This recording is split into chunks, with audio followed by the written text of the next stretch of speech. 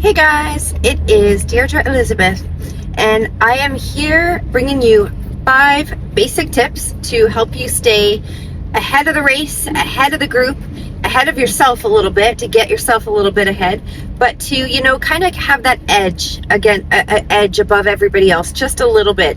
You're not better than anybody because nobody's better than another person. People have different paths and they have different routes to follow in life and their own path and that kind of thing, but it'll give you an edge and take you to the front of the line. Okay, so 5 simple points. Here we go. Let's get into it. So number 1, get up early. So not only is this really great for your brain chemicals in your body, it regulates your circadian rhythm.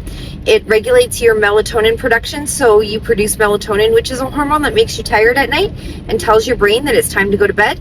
It regulates when you release that melatonin if you get up early and you get yourself on that schedule. So you'll feel tired at bedtime instead of having issues with insomnia and having difficulty winding down and relaxing and getting to bed. Your body will feel like it's time for bed. So melatonin, fantastic. Getting up early helps improve that system and that function in your body. The other thing, and the most important thing I find, is that getting up early gets you ahead of your day, as opposed to waking up on time when you always feel like you're just on time, or you feel like you're catching up. You spend your day catching up. If you get up early, you have time to plan your day, to look over your schedule. I do this at night before bed too. I make up my schedule for the next day, but if I get up early, I have time to look over it and to ease into my day and to be prepared, and I feel like I'm ahead of my day and I'm ahead of my tasks, and I don't feel like I'm trying to catch up and I'm trying to just keep up with the rat race. It gets rid of that feeling. It's a really nice feeling, and it's also a peaceful, quiet time to be alone with your body and with your mind, and to really have a lot of clarity of thought. Getting up early does that for you. So that's number 1. Number 2 is to choose who your friends are and your groups wisely, because I think what the phrase is you're a sum of the 5 people you hang out with the most, and who you want to hang out, you want to surround yourself. Of course, you don't want to cut off friends who are struggling and having a hard time, but people who make it a habit, who their lifestyle choices are, their morals, their beliefs, their lifestyle is different than yours, it's not in line with you, just don't make them your closest. You want to surround yourself and have constant contact with people who have the same mindset as you, have the same sort of goals, and the same, like, if you're someone who wants to be a high achiever, you want to get ahead, you're very motivated, you're very inspired, you're a passionate person, you want to surround yourself with like-minded people, because that will encourage you to continue that sort of frame of mind and that activity in your motion and in your daily living, your activities of daily living. And it will also, you'll encourage each other, you'll feed off each other, right? Like, that's how it works. Number 3 is to exercise. Exercising could be any kind of exercise, whether all you can do is walk to the corner and back, doesn't matter. And exercise makes you feel good, it makes you look better. Taking care of your body and how you look is very important in not only your mental health but your physical well-being. And I know people are gonna say, oh, it doesn't matter how you dress and stuff like that, how you present yourself. I'm talking about not just body positivity but mind positivity. First of all, if you work out, if you're a dude, not everyone's got a 6-pack, so you're already hotter, you're better looking. And it's true that the better you make yourself look, the better you're going to feel about yourself. And you don't have to be a 10 out of 10, but 1% better. That's all you got to be. And if you make yourself feel like you're improving, and also in how you present yourself and how you put yourself together in your clothes, and women wearing jewelry, decorating your body, making yourself feel like you're worth it. The first impression people make of you is in the first 7 seconds that they see you, and that's before you get a word in. So they're going to determine what they decide and value, what your value is, based on the first 7 seconds of when they see you.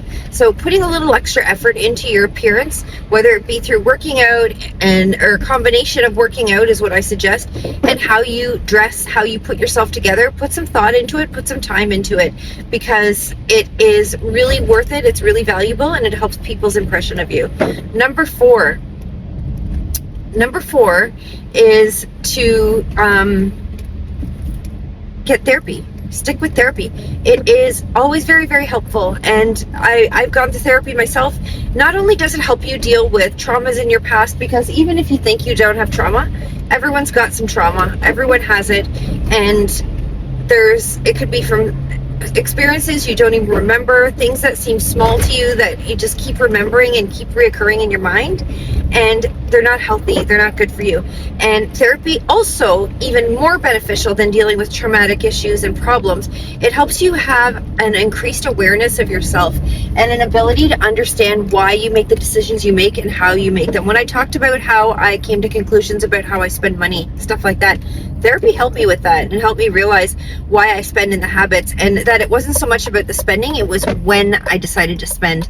And that was very important in me learning to create a better budget and stick with it, was being able to see my cues and determine triggers for me that were triggers that were most likely going to make me feel like it was time to spend money, and to find ways to avoid those triggers or to redirect myself to other things so I didn't spend money unnecessarily. And the very last point is, again, I've mentioned this in other videos, is to always improve 1% every day. Do something better. Do the hard jobs. Do the things, this is an easy way to improve. Do the things nobody wants to do. If nobody wants to do a project at work, you be the one that takes it on. If your group of friends is planning a shower or a party or an event or a night out and nobody wants to take on a certain task, be the one that takes it on. That increases your self-worth, your self-value, your confidence, your ability to feel like you're able to push through hard times and attack challenges and deal with adversity. And that makes you 1% better. If you go to the gym every day and you do 3 sets of 12 reps, well, when you go tomorrow, do 3 sets of 13 reps. And if you add a rep every day, at the end of the week, you've added 7 reps, and now that's your new baseline. So, like, you've improved yourself that much in 1 week. So imagine combining that and compounding that improvement over 6 months, over a month, over 6 months, over a year. You're compounding your personal improvement and your personal path to wellness and well-being and self-improvement and self-development. So those are my five tips, and they work, and I practice them myself, and I don't always achieve everything, but if you get 1 or 2 or 3 out of 5 every day in there, then you're already better than you were yesterday, and today's the best you've ever been. If you every day try to do better than yesterday, then today's the best day of your life. You've done better than you've ever done in your life, because you're better today than you were yesterday. And that's just a great way of thinking about it, and it's absolutely true. So I hope this was helpful, guys. If you like my videos, subscribe to my channel. I love your subscriptions. I need your subscriptions, and I really value every single one I get. And I love your comments. They're always thoughtful. Sometimes they're critical, and I value the critical ones because they really make me think and reflect, and they give me a chance to respond and really explain if a video I've made was unclear. So keep them coming, guys, and I will see you soon. Take care.